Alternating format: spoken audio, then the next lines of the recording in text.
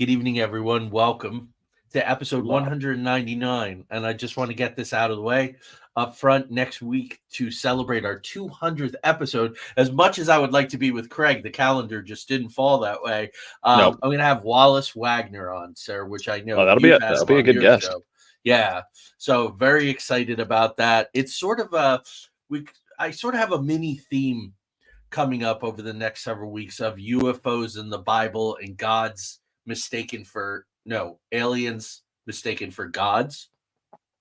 I have really cool people coming on to talk about that, and Craig is serving up for the spring and early summer some really cool Sinister mystery stuff. So it hasn't been finalized yet, but he's hit me with some really great ideas. Awesome. So I don't know what we're coming back with in 2 weeks, but it's going to be great. It's going to be good stuff.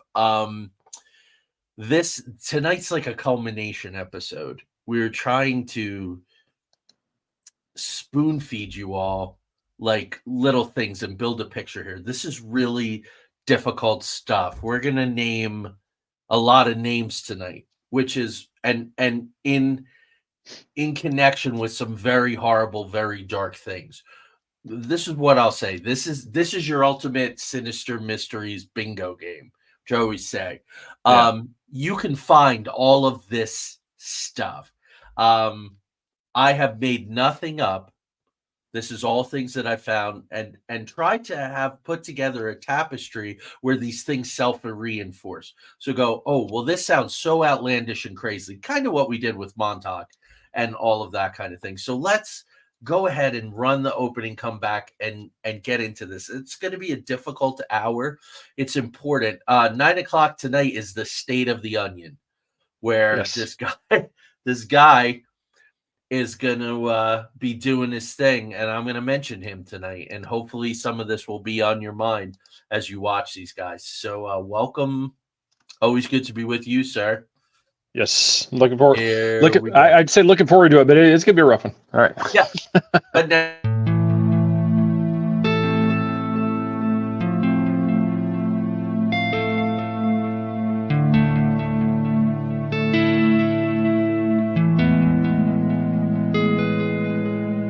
there exists a realm beyond our wildest dreams, a realm beyond reality that the gatekeepers and guardians have always told us consists of nothing but tricks of the eye, weather balloons, swamp gas, sand cranes, fairy tale myths of monsters, crackpot conspiracy theories, and desperate cries for attention. We know this realm exists, and it's just beyond the horizon, the preset path, the well-worn walkways where the cynics want us to stay.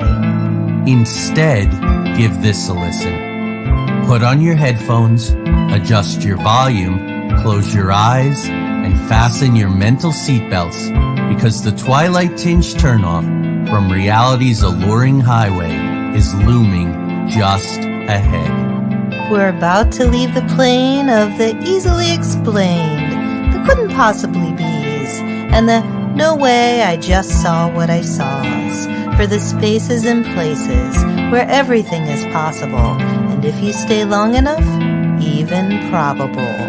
We're about to take a journey into the outer realms.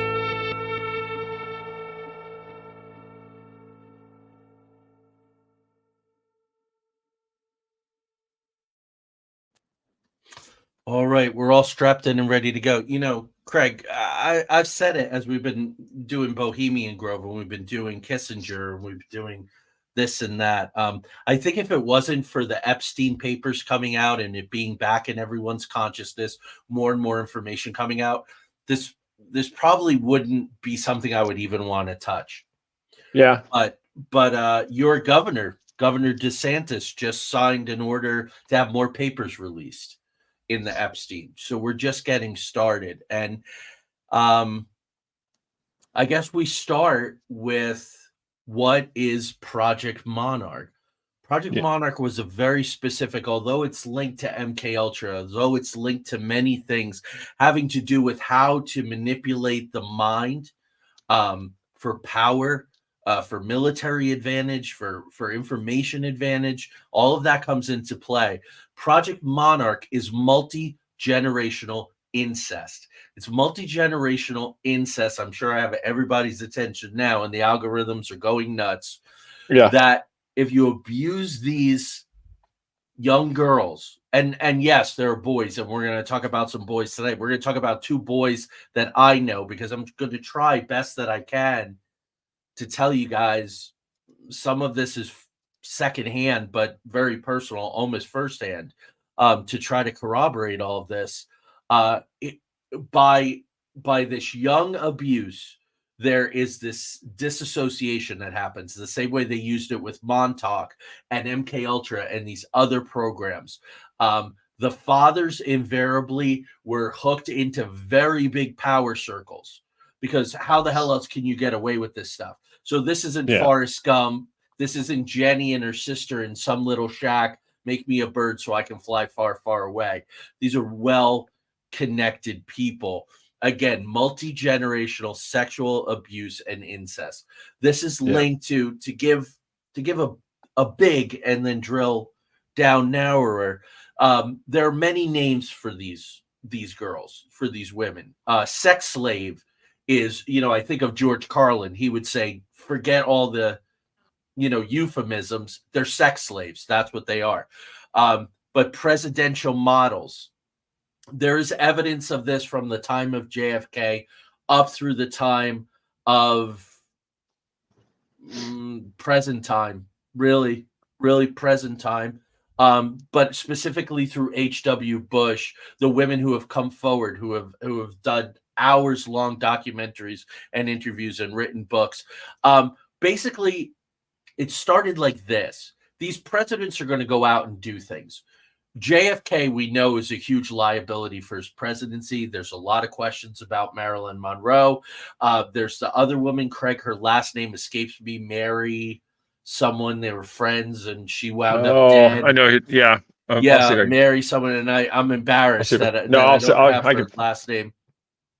But they wanted to bring it in-house. So these powerful guys, I want you to keep in mind Kissinger, what he said. Power is the ultimate aphrodisiac. So people go, oh, right, power corrupts, absolute power corrupts, absolutely. No, an aphrodisiac gets you ready to go in a sexual way. So if they have all this power and they're all charged up, it's got to go somewhere. We talked about this during Bohemian Grove. They're called presidential models. They're called $1 million babies. And some of them that I'm going to talk about tonight, that we're going to talk about tonight, are called Bush babies. And you'll find out why. So a lot of this hinges. I tried to bring in as much testimony as possible, specifically with Project Monarch women who have come forward, but to also bring other stuff. So it starts really with Kathy O'Brien, and we talked about her on the show before, Craig. There are lots of interviews out there with Kathy O'Brien, lots of programs. 3:00 in the morning, I couldn't sleep. I'm watching the testimony from the Rust trial, the armorer. Just tragic. As a guy who's made movies, tragic what happened. But up comes this video with Kathy O'Brien giving testimony in the mid-'80s to Congress about these things. So it's all out there. Go out there and do it. But Kathy O'Brien came from a multi-generational incest family. After her first communion, so a lot of this is tied to Catholicism, Mormonism. It's all kind of in here. After her first communion, so that's you're 8 years old, okay, folks? She went through a blood ritual. It was called the rite to remain silent. They're so damn clever, these bastards. You know what I mean, Craig? RTE, to remain silent. So totally flipping the bones on the law enforcement kind of thing. Her father prostituted her out. They were in Michigan. He prostituted her mother out through their grandfather's Blue Masonic Lodge in Michigan, of which Gerald Ford was a member when he was a congressperson. So this is prostitution. This is child prostitution that stems from incest and gets into pornography. The pornography is used as blackmail. So we hear this all the time, Craig, in Hollywood and with politicians. Yep. Get them drugged up, you get them in a situation, you get it on film, and then you owe them. Yep. So, Now they're compromised. yeah. So her father got into this. Now, what happens when you are raped repeatedly as a young child through incestual relationships? It creates something that all these women refer to it as demon alters. ALTERS. It's dissociative. What happens? Some of the artifacts that got the CIA's attention and MK Ultra and all of this is there's heightened visual acuity through this dissociative demon alter. There's a photographic memory that comes into play with Henry Kissinger. There's endurance through time distortion, because when these things are happening, the brain can't process it. This is my father. This is my grandfather. This is a priest. This is someone I should be able to trust. And yet they're doing this to me. So the brain compartmentalizes. And this compartmentalization, the United States government, Craig, has turned this into a high art form, whether it's to keep secrets or to play with the mind. And Craig and I have spent hours talking to you. One little thing too, especially because you're talking about that dissociative identity disorder. Yeah. One of the things I was looking at there, they refer to it as, think of it like almost in a way, kind of, you have multiple hard drives. Mm-hmm. So each personality can retain information. So you basically, it keeps everything, like it says, disassociated.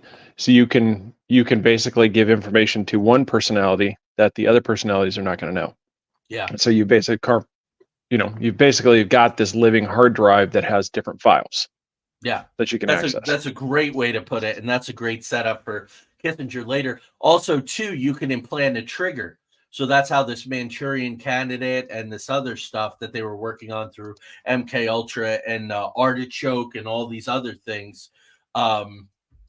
So the CIA gets very interested in it.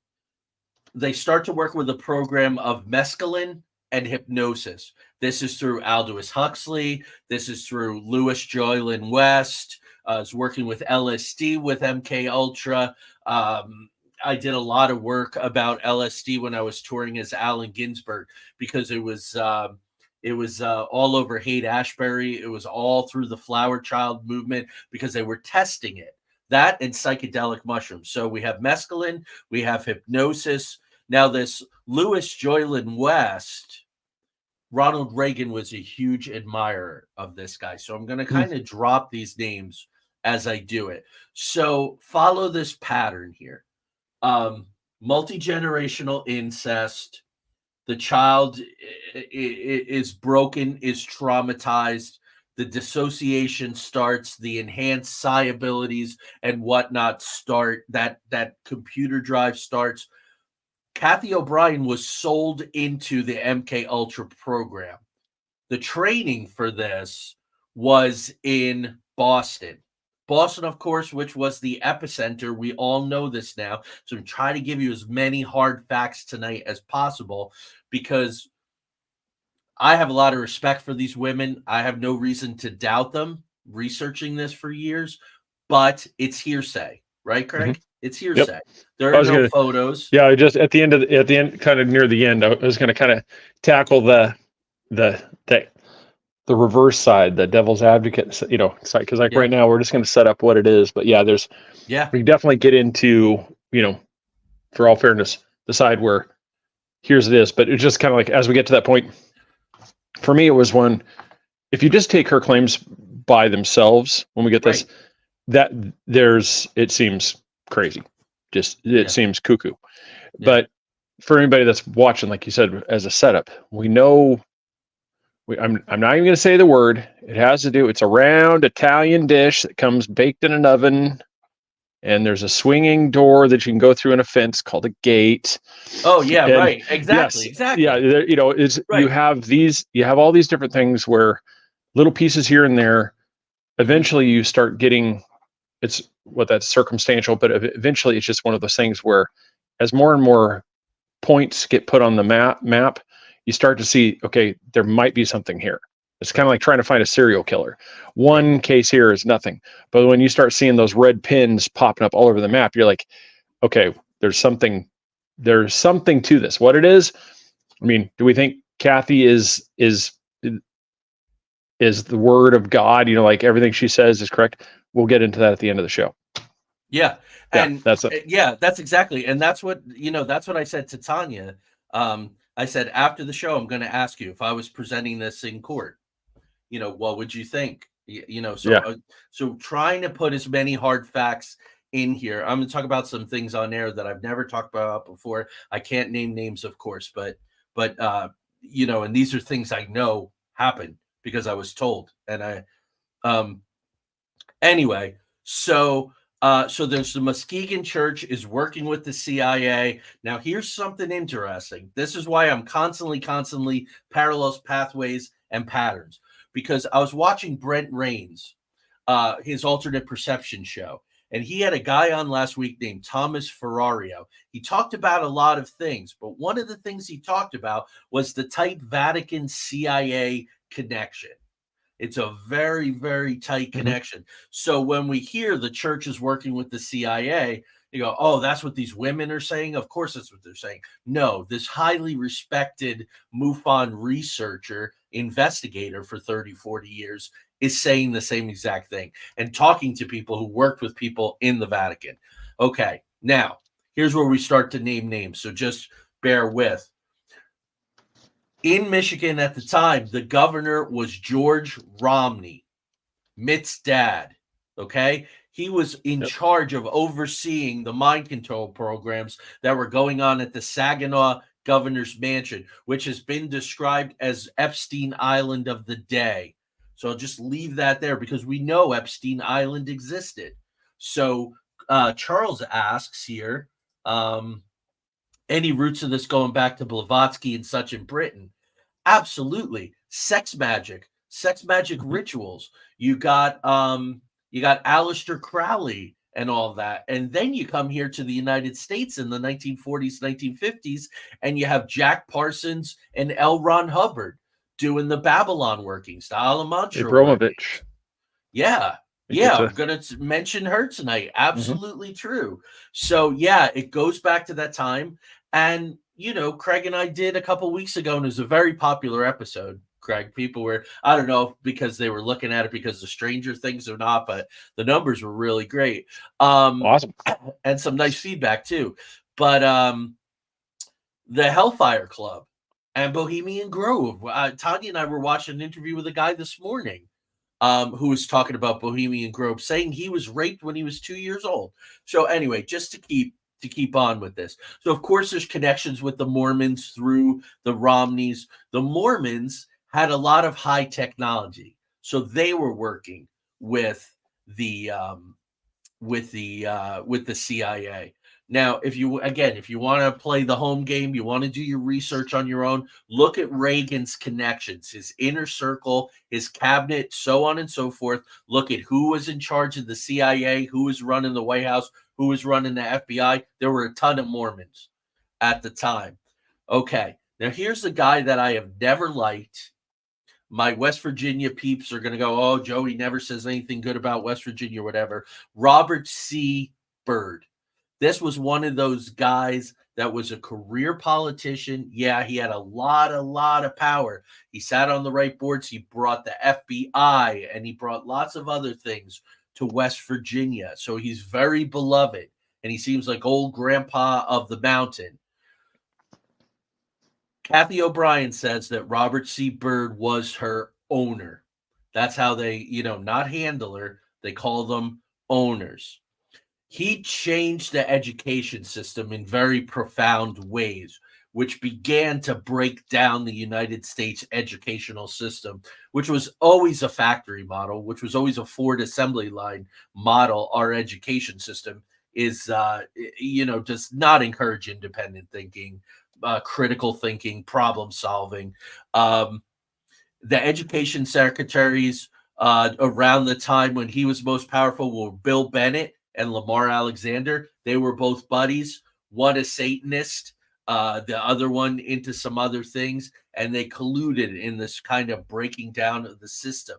Another thing that Byrd did was he set up the Office of Missing and Exploited Children.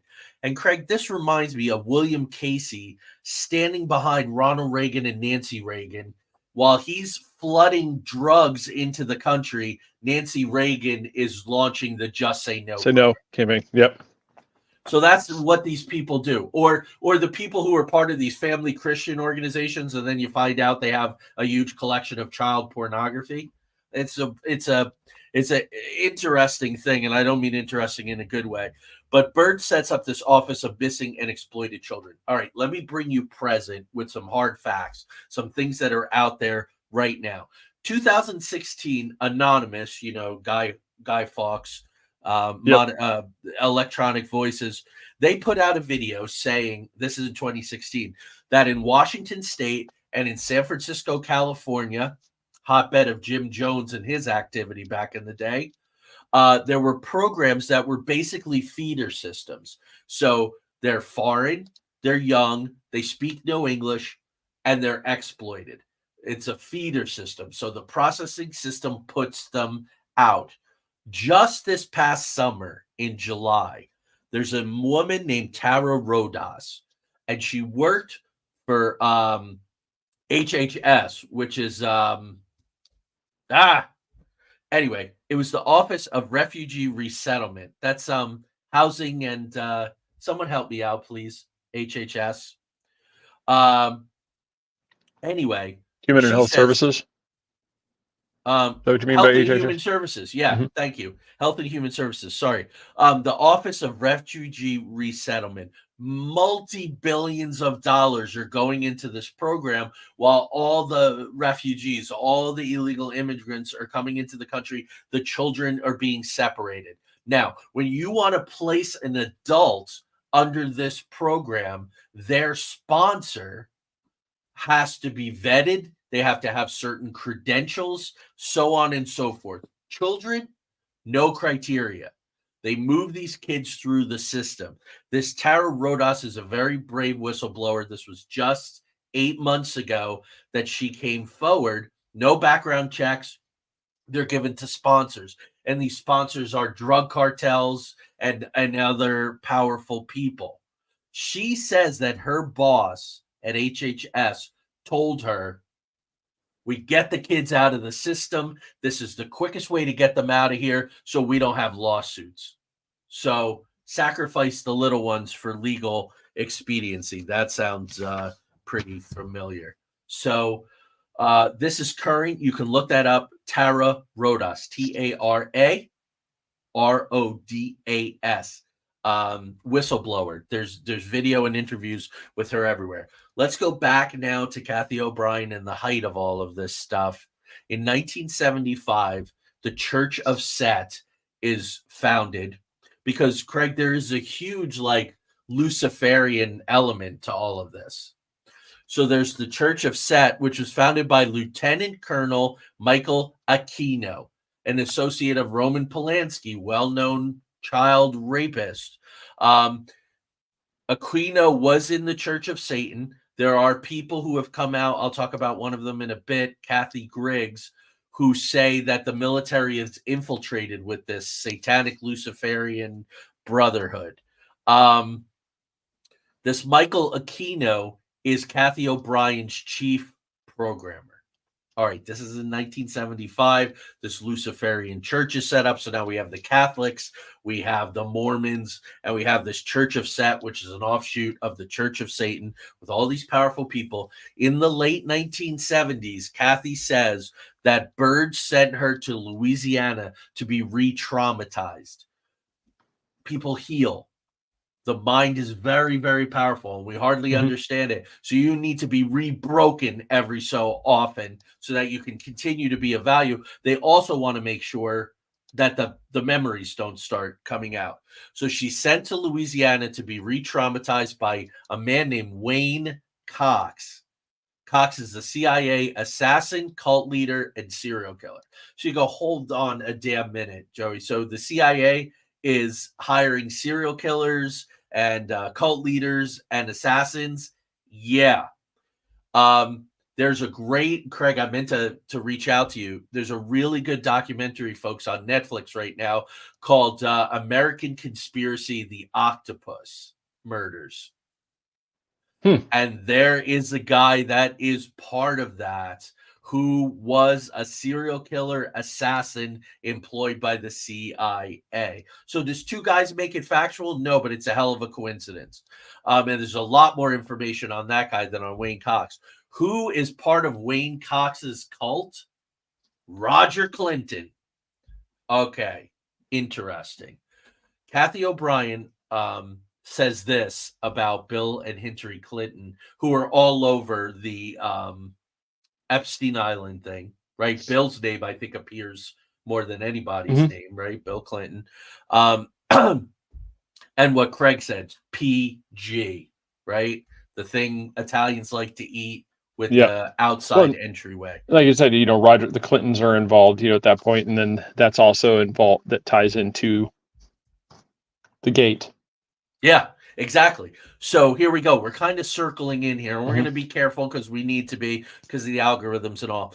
Kathy O'Brien testifying for Congress. Amazing. When Bill Clinton was governor of Arkansas, she would deliver cocaine to him. She had sexual relations with him only once because, and Craig, I didn't know this. This was interesting. Bill apparently likes boys. I never knew that. I never ever knew that. Hillary, though, prefers women, which I have heard quite a lot. Like I said, that one would surprise me because most of his activities are all with women. Yeah. There's only one former president that I know of offhand that had the rumor of male attraction. Oh, and I don't know. Oh, yes, of course. Yeah, not that far in the past. Yeah, that was Obama. Like I said, that was the one that was rumored that, I mean, we can get get the whole down the thing. So that's the only one. Yeah, that's the only one that I can remember, like the rumors being thrown about. Like, I'm right there with you. I've never heard that before about Bill Clinton. No. But I did hear about Hillary, and it plays into that whole. Oh yeah, it was. Oh come on. What? He was a congressman. He was a congressman from New York. It was his wife. Oh yeah. That was Anthony Weiner. Huma. Yeah, it's Anthony Weiner. Yeah, it's like that. It was rumored that the wife, who was part of the staffing, that there was a connection between her and Hillary in that space. Right. Yeah, it's just. I mean, you kind of see. For anybody that doesn't follow, that's why I always get upset. I even talked about it last night on our show. It's just like, when people don't understand, you guys, it's the same. It's a WWE show. It's the same thing. Everybody's connected to everybody. Everybody's got these things. I mean, you think that you're doing these things. I go, remember everybody was talking about, Trump, with kids in cages. Yeah. Type of thing. That was happening before he became president. It's happening after he became. It just all this stuff, like you just talked about a few minutes ago, where they're being brought in there, but we don't know who they're going to, and most likely it's into some pedophile rings. Yeah, is where these kids are getting moved into. Yeah, that's where this Tara Rojas testimony comes in. The anonymous video. Is Anonymous always telling us the truth? We don't know. This is all slippery slope. This is Sinister Mysteries. That's what we do here. But 1,300 kids unaccounted for. That's a lot of kids. So let's see here. Oh, so if you find this video with Kathy O'Brien talking about the Obamas during his government days, she says that she was with Hillary many times. A dark cloud passes over this woman's face. I mean, you can feel it. And she says, I was there to satisfy her perversions. Now, if you all remember, during the pandemic, Ellen DeGeneres wore a really strange t-shirt. A lot of these people, Craig, acted really weird during the pandemic. It's like either they weren't getting their fix. They weren't getting their candy or whatever was going on, but they made really weird ass videos, right? And the initials of this thing are D. That's all that I can tell you. Yep. Well, I'll tell you the second word is drip, okay? But I won't tell you the first word so we can protect ourselves here. And Ellen wore this weird T-shirt, said something bizarre, and within a week, her career was over. It was blown up. People were coming out and saying she was a tyrant and a dragon lady because you don't talk about this stuff. That F drip involves a little girl and a power drill and a woman that we were just talking about. So let's move on. But you can research that, of course, on your own. Now, there's a weird thing with secretaries of state. Henry Kissinger, Madeleine Albright, Hillary Clinton. Madeleine Albright, 3 days before she left office in 1981, I believe, was talking about on the Oprah Winfrey show, and you can see it and you can see transcripts and all. She was talking about sex trafficking and how it was in the United States. There were very powerful rings. Her and Oprah were having quite a discussion on this. When we fast forward now, Craig, and Sound of Freedom and all, Oprah's caught up in a lot of things. And there have been people who have talked about Oprah Winfrey and talked about Quincy Jones. And, you know, we'll just keep it. All right, this is this is going to be a little tough, this segment here. Dick Cheney was one of the people who reportedly tortured Kathy O'Brien. Now, there was something called, and I said this happens to guys too, and this is the damn near firsthand information I have. It was called Cibolo Creek Ranch, otherwise known as Rent Boy Ranch. There are these instances of human hunting in Texas and other places. We've talked about it. We'll keep going here. Cibolo Creek Ranch, or Rent Boy Ranch, 30,000-acre VIP resort in West Texas with a private airport. Randy Quaid, who went so nuts and said, they're trying to kill me and I know things and they're out to get me, he was there. Cheney used to spend time there at another ranch that was very similar, is where he shot the dude in the face while quail hunting.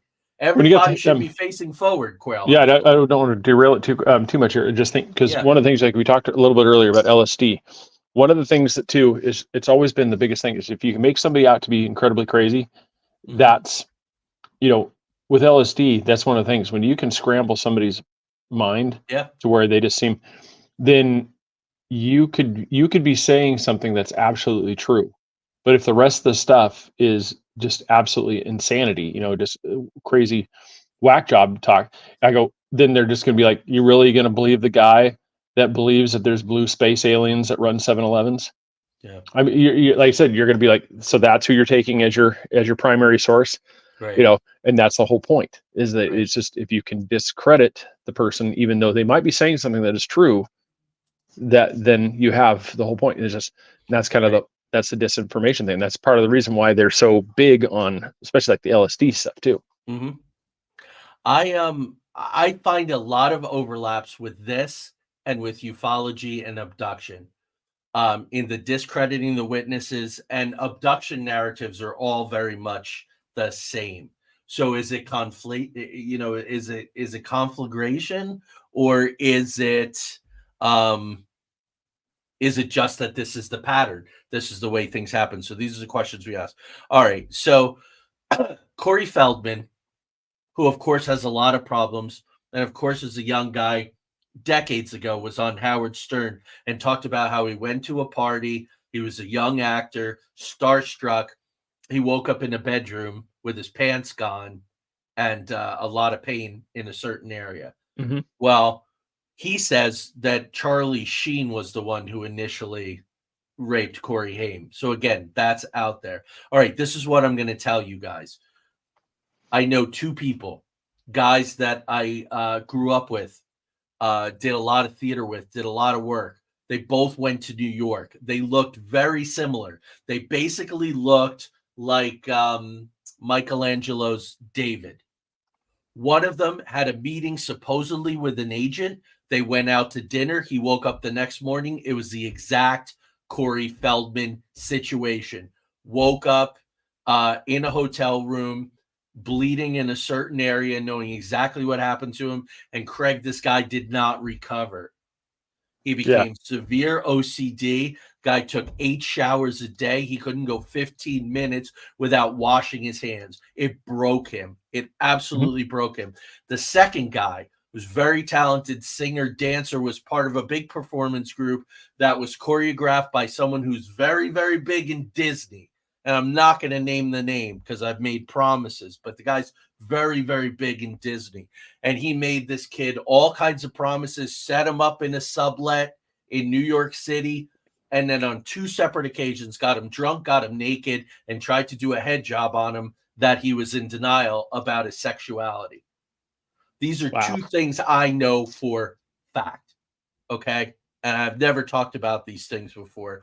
They deeply bother me. That young person, thankfully, was able to recover and is doing great because the abuse did not take place. He was strong enough and got him out of the situation, okay? So Kathy O'Brien has a child named Kelly, and she says that Senator Patrick Leahy abused her child. Also, waterboarding came in, right? All these torture things to keep the trauma, keep the compartmentalization going.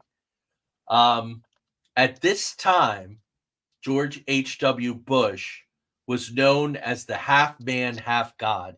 He was known as the director, not the director of the CIA, not the director of an organization, but the director, the theater director, who told everybody where to go and what to do and how to make it happen. And Craig, for 2 decades, I have believed that George W. Bush was the most powerful man, maybe in American history, at his time. Yeah, he was. I mean, it's kind of like this thing. I mean, HW, HW was a puppet master. I mean, he had the connections. He had the stuff. I mean, for lack of better terms, George W. Bush was a higher functioning Hunter Biden. He was a partier. Interesting. So if you look at the comparison between, because like I said, everything's scripted. Oh, wait a minute, Craig. Hold on. I'm screwing up. If I'm confusing you, I'm confusing the audience. HW. Yeah, HW Bush. Yeah, he was the dad. Well, because the dad was George W. Bush was he was like the high functioning Hunter Biden of the Bushes. Yeah. He was the partier. He was the type of thing. It was like that type of thing. I mean, if you could actually take Hunter Biden and actually get him to where he could be responsible for a longer period of time, it'd be the same type of thing. Right, it's just because George was known for the parties, for doing the stuff like this, but he wasn't ever, I guess we could say, quotes, out of control. Right. He was able to be controlled type thing. So you can see like all these consistencies between these powerful families. It's the same thing. They all do this. So when people say this is better than the other one, they all do the same thing, people. Yeah. It's all the same. Yeah. Power is the ultimate aphrodisiac. Yeah. I mean, it's all about how can you further your power. And unfortunately, the innocent children and stuff like this that are brought into these things to feed this demonic, appetite, is unfortunately, what happens. And it's really sad. It is. And so Bush Senior is the half man, half God, the guy with the eye in the sky, which of course is the Palantir, which is of course of Sauron's flaming eye, 1,000 points of light. And yes, thank you. Although weirdly enough, Craig, one of my plays is one of the 1,000 points of light. Yeah. So you see. Yeah, but it's also on teen pregnancy and HIV/AIDS, so I don't know if that got it in the door or whatever. But Palantir, of course, is the name of a very, very powerful organization right now that basically crunches big data in order to profile you and kind of try to control and manipulate you. Reagan was another one of the abusers to all of this kind of stuff. We know he's at Bohemian Grove, all of that kind of stuff. Kathy O'Brien says that while he's running his hand lovingly through her hair, he's talking about Bush being the director, and he's in touch with the all-seeing eye. Now, there's the Black Knight satellite, Craig, that really weird 10-ton thing in space that nobody knows what the hell it is. They also call the Black Knight satellite the all-seeing eye. So just putting that out there. So anyway, by 1980, Kathy O'Brien is 30 years old. She's had a child, and what they found is that the memories start flooding back when you hit 30. Something about the brain. They can't suppress them anymore. They can't control it. So she says that Reagan ordered her death at Bohemian Grove. She was rescued by a guy. That's a whole nother story. Let's move on to some of these other women and go a little more quickly through them. Another one is Kathleen Sullivan. Kathleen with a K. Her father brutalized her. She developed a demon altar. She was trained as an assassin prostitute. So this is like a Nefem Nikita kind of thing. Kathleen Sullivan says pointedly that Kissinger was in charge of Project Monarch. And she did a book called Unshackled, if you want to go book length on this, folks. And she called him Lucian. At the time, she didn't name him, but people put stuff together, some version of Reddit. Who could this possibly be? Yeah. And it turns out that it's Kissinger. She said, and Craig, we touched on this a little when we did the Kissinger thing because other people have said it. He was Jewish extraction. His family had been in concentration camps, but he was reluctant. He really was very close with the Aryans, with the Alpha Lodge, with the Luciferian Illuminati. That's really where he put his energy and his focus. And this Luciferian Illuminati, which we've talked about through Hellfire Club and through Bohemian, that was their 16-day bacchanalia. So that was all those rites that Craig and I have already talked about. There's this other woman, Fiona Barrett. She wrote a book called Eyes Wide Open, riffing on the Kubrick film Eyes Wide Shut. She said that high-level journalists and other insiders were making snuff child porn films, which makes me think of the Teddy Bear song, which we covered, Bohemian Grove. I want to cover it again just really, really quick. Children were dressed up as teddy bears, and they were hunted in the woods during this bacchanalia. You think of The Shining, which is also a Kubrick movie. In the novel The Shining, when Wendy can see what's going on in the hotel after she's been traumatized by Jack sufficiently enough, which is an interesting thing. You start to see things that you otherwise couldn't see. More encoding from Kubrick. It's a dog. But in the film, it is not a dog. It's a teddy bear. And it's very unsettling when you look through a very powerful man and then this person dressed like a teddy bear.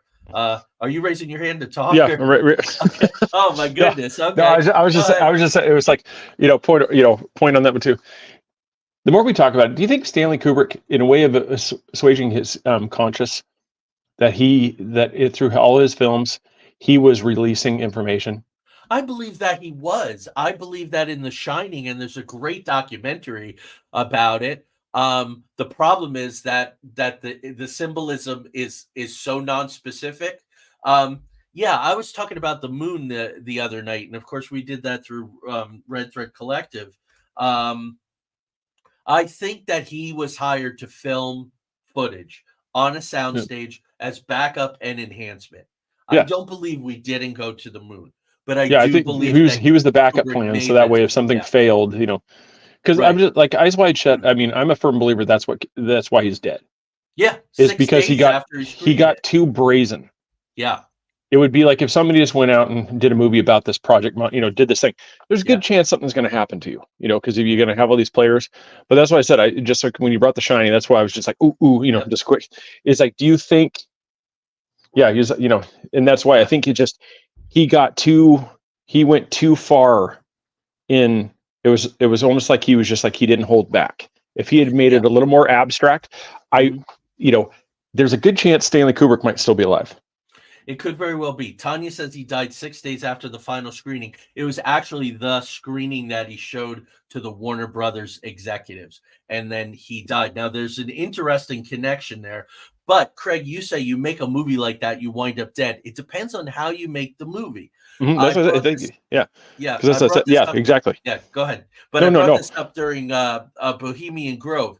Harry Shearer of Simpsons fame and Spinal Tap made a mockumentary called Teddy Bear's Picnic, spoofing Bohemian Grove. So as long as you're doing a spoof, as long as you're doing a thing. But what is this teddy bears thing that keeps coming up? Well, in 1907, there was a song called Teddy Bear's Picnic, and Bing Crosby sang it, and his buddy Bob Hope is going to come into play here. I'm going to read these. I read these lyrics last time. If you go down in the woods today, you're sure of a big surprise. If you go down in the woods today, you'd better go in disguise.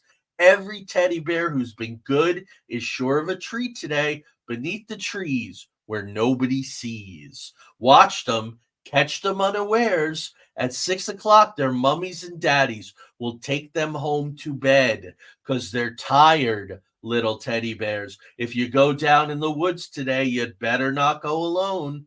It's lovely in the woods today, but safer to stay at home. Now, Craig, you can take any lyrics, you can take any quote. It's, it's fortune cookies. It's all about context. So if I read that teddy bears thing and we were talking about, I don't know, those little rainbow teddy bear cartoons from when we were kids, whatever, the Care Bears, it would sound different. But when you listen to those lyrics, it's, the teddy bears are tired and mommy and dad are going to bring them back. I find it really unsettling and kind of nasty. But the fact that that movie is out there, that Teddy Bear's Picnic movie, it's about really, really powerful men who one weekend a year go into the woods and do absolutely scatological things. Yep. Yeah. And that's kind of where it's like, it seems like the ones that do it abstract, where it's just this, you don't really name names. And that's what Eyes Wide Shut, it didn't really name a name. It just absolutely peeled the curtain back. Yeah. And you gotta go ahead. Yeah. No, go ahead. No, I'm sorry. You got to remember who is involved. So you got Tom Cruise, who brings this whole weird Scientology thing. Yep, the Clearwater craze. Nicole Kidman. And Nicole Kidman's father was a psychologist for the National Institutes of Health. And rumor is that there was some incest there. A lot of that has been scrubbed. It came out really big probably about 10 years ago. A lot of it's been scrubbed from the internet. But some of these women who have written these books really talk a lot about Nicole Kidman's father and these really dark rituals in Australia. So if Nicole was trying to work through some of this stuff, but Kubrick died 6 days after. So here's another woman, Susan Ford, who's also known as Bryce Taylor. She wrote a book, Thanks for the Memories. So we have Eyes Wide Open. Now we have Thanks for the Memories. Whose catchphrase was Thanks for the Memories? Bob Hope. Yeah, thank you. Yeah, I was like, I know this one. I'm like, my brain's like, crickets. So apparently Bob Hope bought her at auction. And these auctions started as a fashion show and they became a striptease. There's a couple things that I want to say to you folks. 4 years ago, I was asked to review a book, which was a collection of essays from expats who had left England, Ireland, gone to live in Thailand. Thailand has a very interesting, very interesting culture. The book was fascinating, but in the book, there is an interview with a madam, and she said that Bing Crosby and Bob Hope, back in the road movie days, would go to Thailand. They would go under assumed names, and they shared young girls. So again, this is another piece of data out of this book. You know what I mean, Craig? It's not from watching conspiracy videos or anything with this story. So Bob Hope. Now here's the other thing. There are these rumors from these children actors that one was part of a show on Disney, and on Friday afternoons after they wrapped shooting, the kids would all line up in a fashion show and the executives would come in and choose their kids. So again, does all of this mean that it's right? I'm just trying to pull data from numerous places. No, because it goes in the thing, with the Harvey Weinstein. It's same type of thing. It's like when you're a person of power, it's like you have people, they desperately want success. Yeah. And then when you have the executive that has the power to say yay or nay, you're in or you're out, and they say, I want you to come back with me. Yeah. The most, I hate to say it that way, but most of them are going to say yes, because they're so, you take the American Idol thing. It's like they're so hung up on, this is my shot, this is the only shot I have in life to be successful, that they're willing to compromise themselves for that success. I mean, you heard, do you remember the infamous one where Kevin Hart and I can't even think, she was American Idol singer. She has her own TV show. Oh, Kelly Clarkson. Yeah. Where she started talking about like, oh yeah, I was offered millions of dollars and Kevin Hart's like, yep. I have seen like, that. yeah. That's and right. You see the video because he knows these people are watching, and he's trying to warn her that the cost of releasing this information is more than you think it is. Yeah.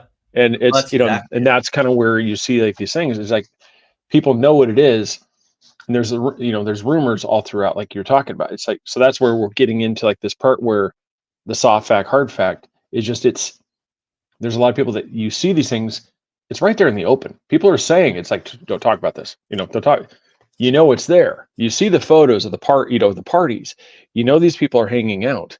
I mean, look at Jay-Z and Beyonce. I mean, they think there are some really crazy photos out there, and people are like, no. I'm like, yeah, but look at this doesn't make any sense. It's like, look who they're hanging out with. These people are tied into these people who are with these.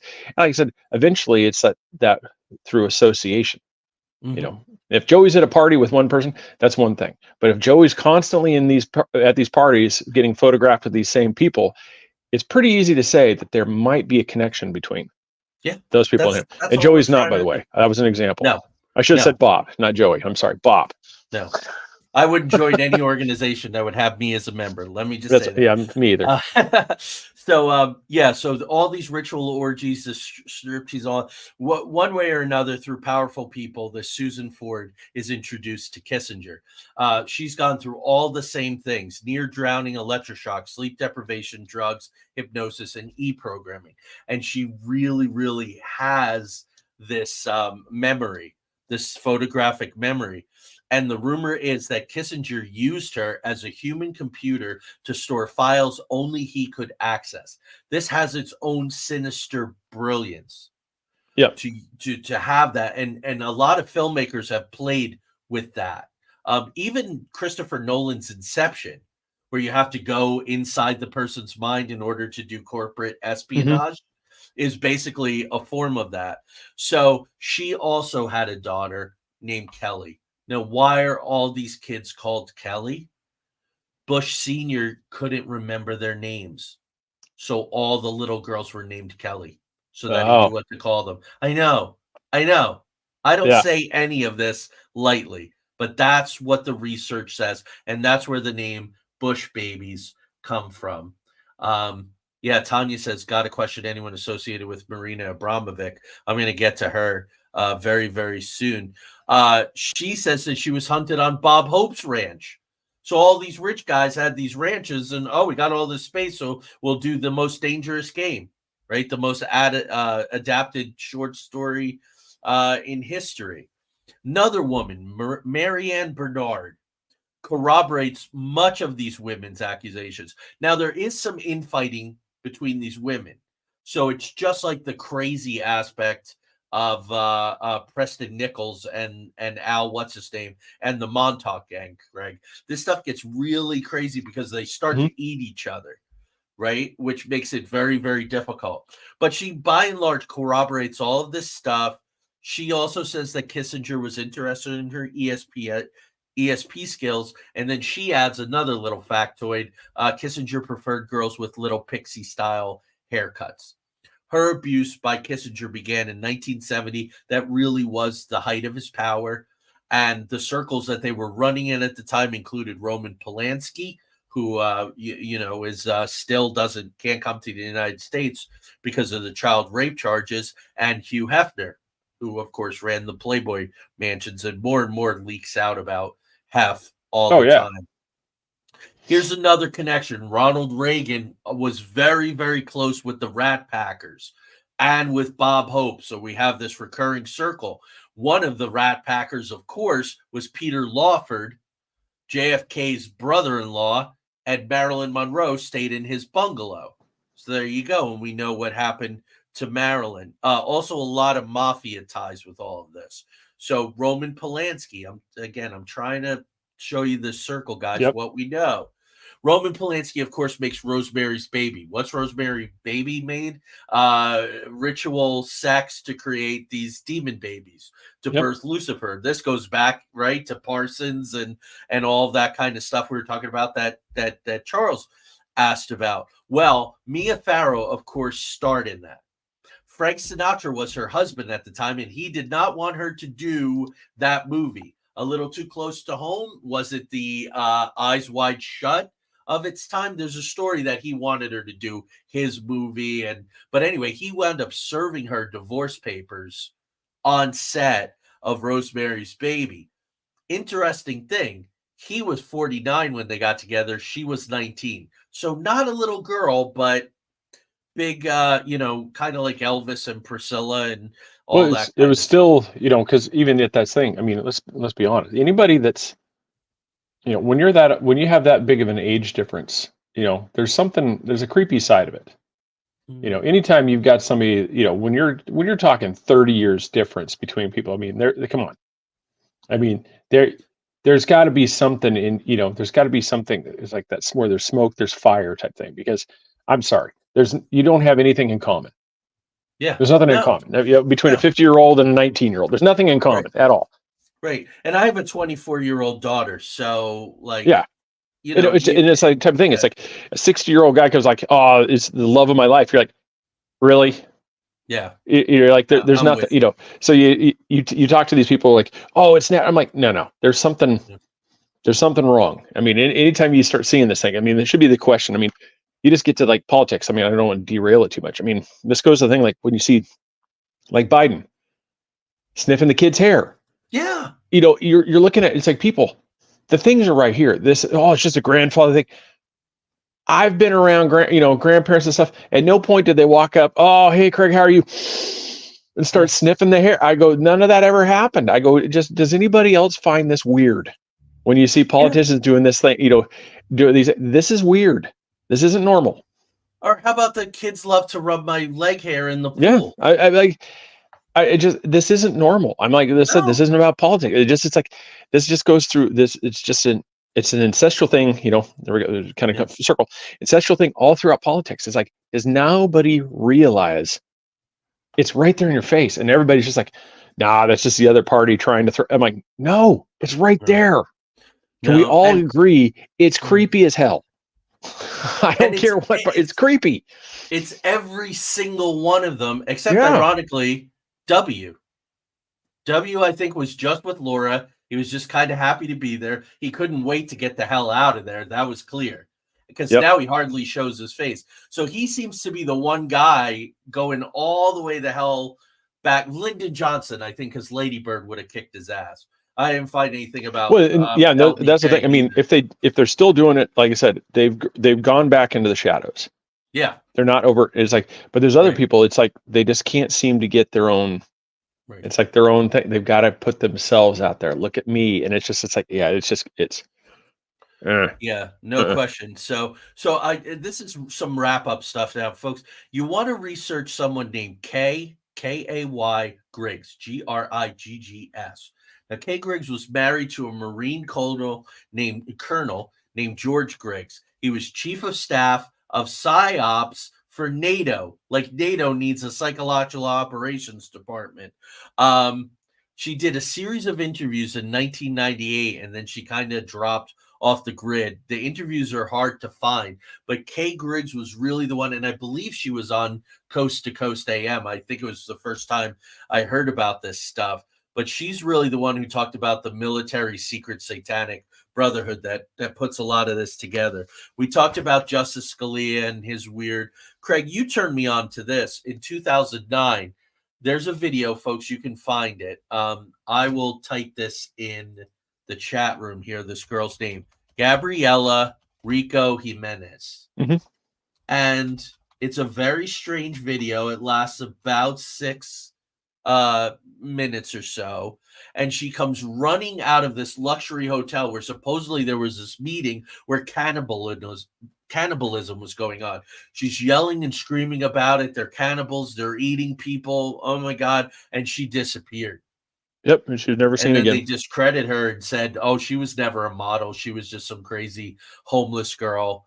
Watch the video. She's pretty well dressed up. She looks pretty well put together. And she comes running out of this hotel screaming about cannibalism, which brings us to, as Tanya brought up, Maria Abramovic.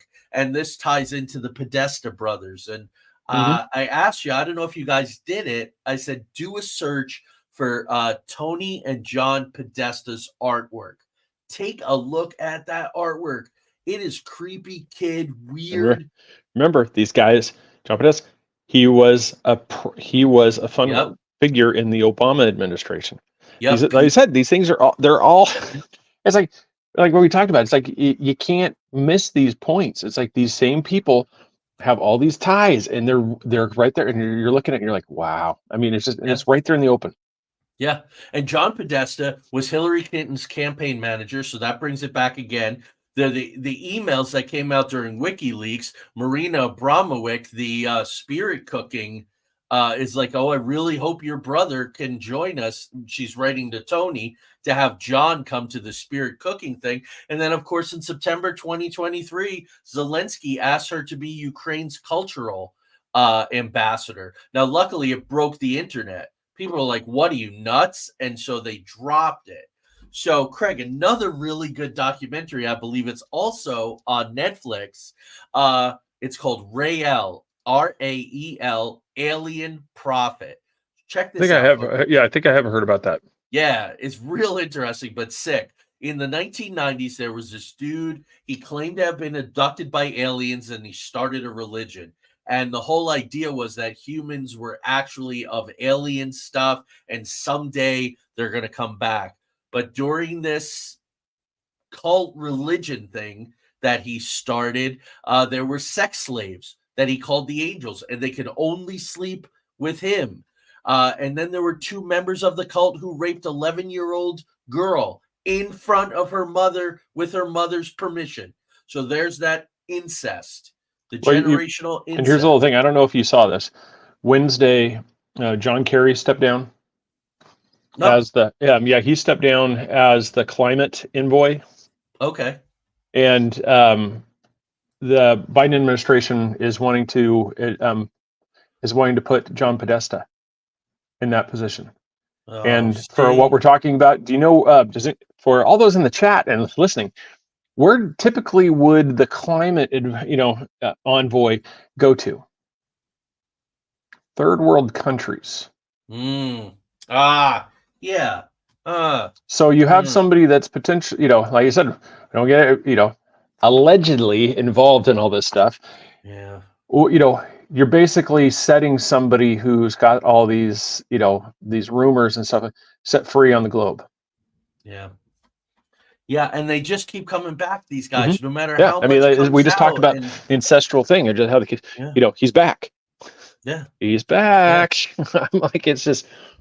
Oof. I did not know that. Thank you, brother. That's a good data point. So Rael, the alien prophet, he is 46 years old, marries a 16-year-old with permission of her mother, and that cult got kicked out of France in the 1990s because they were encouraging parents to sleep with their own children.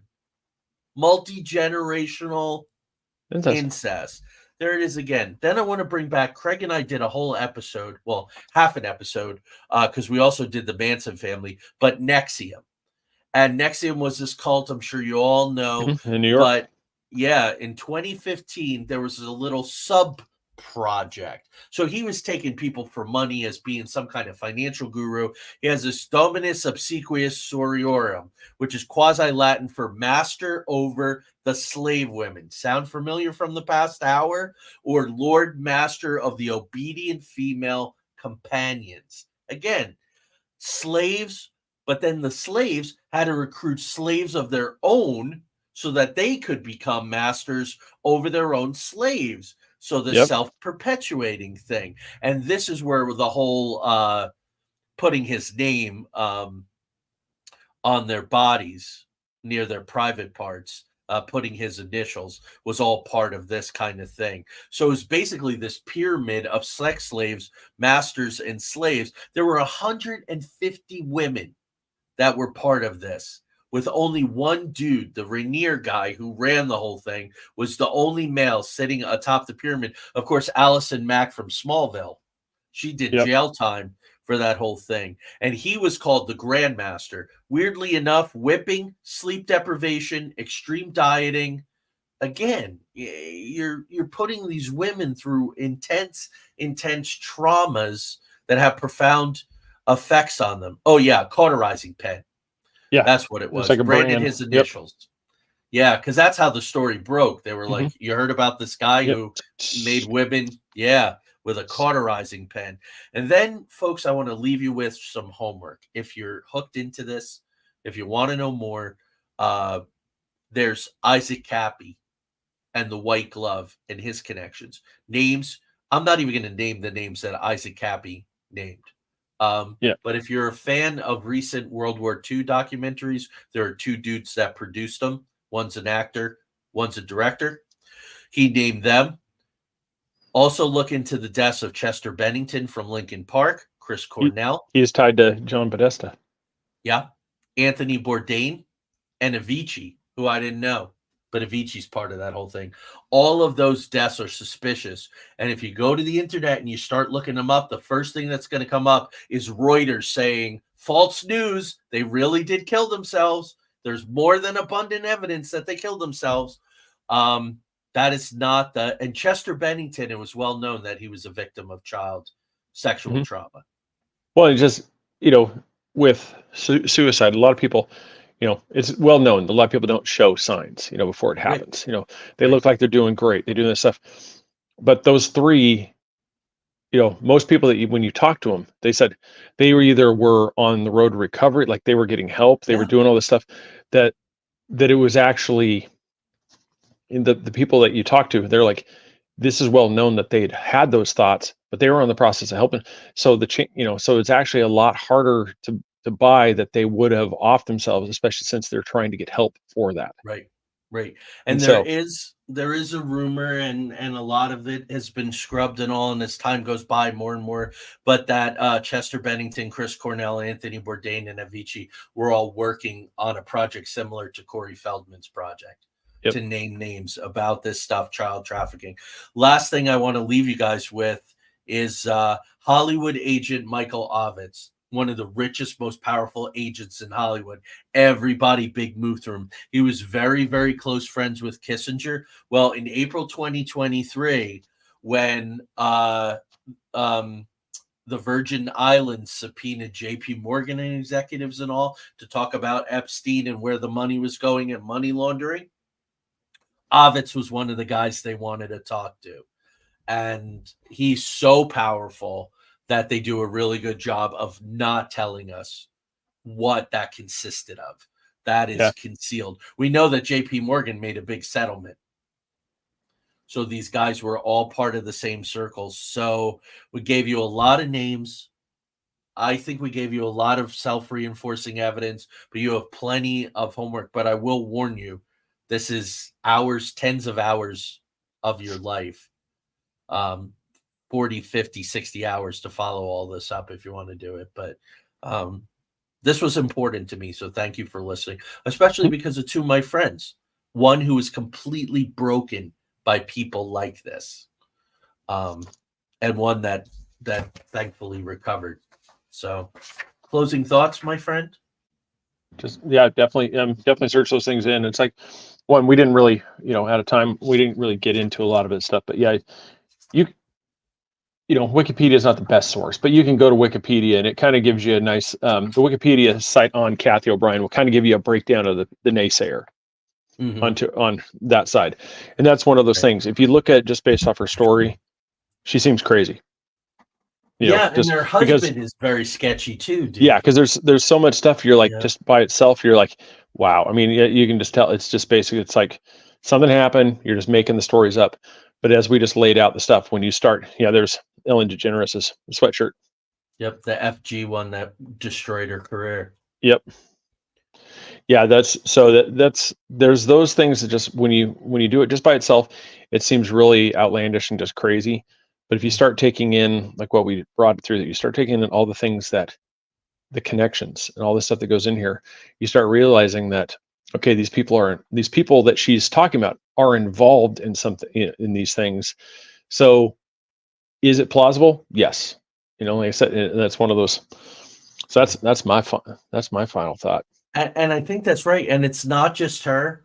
It is these 4 or 5 other women who have done book length stories. And we saved this one until we did Bohemian Grove, till we did Kissinger, till we did Montauk, through MK Ultra and all. There is a picture here of people's minds being broken for nefarious purposes. Mm-hmm. And then I just leave you with, guys, I know I'm stuck on it, but power is the ultimate aphrodisiac. An aphrodisiac makes you sexually, on the lookout. So I think he was encoding there. So there you go. So yeah, the State of the Onion tonight. Good luck with that. Yeah, I'm really curious if he's going to get through it, what it's going to look like. You know what I always picture, Craig, and this is non-political. This is just about what I'm seeing from him, because he had another one of those trance moments, right after Super Tuesday. Comfortably numb. That there's all these doctors shooting him up and trying to get him pepped up. Well, that's always been the rumors, like right before these major speeches, is that because there is treatments that they give people that are suffering like dementia, and so they give them these things, and it's one of those things. That's why he in a way he seems kind of like almost a little bit like the stoned type thing. Yeah. It's like he seems medicated, and that's why it's because it's just basically, we got to try to focus him for this short amount of time. So they probably pumped him full of, it could be like Adderall. I mean, they've got it to where it's just, he's like hyper focused. And then as soon as it's over, they're like, they got to get him out of there because he's going to crash hard.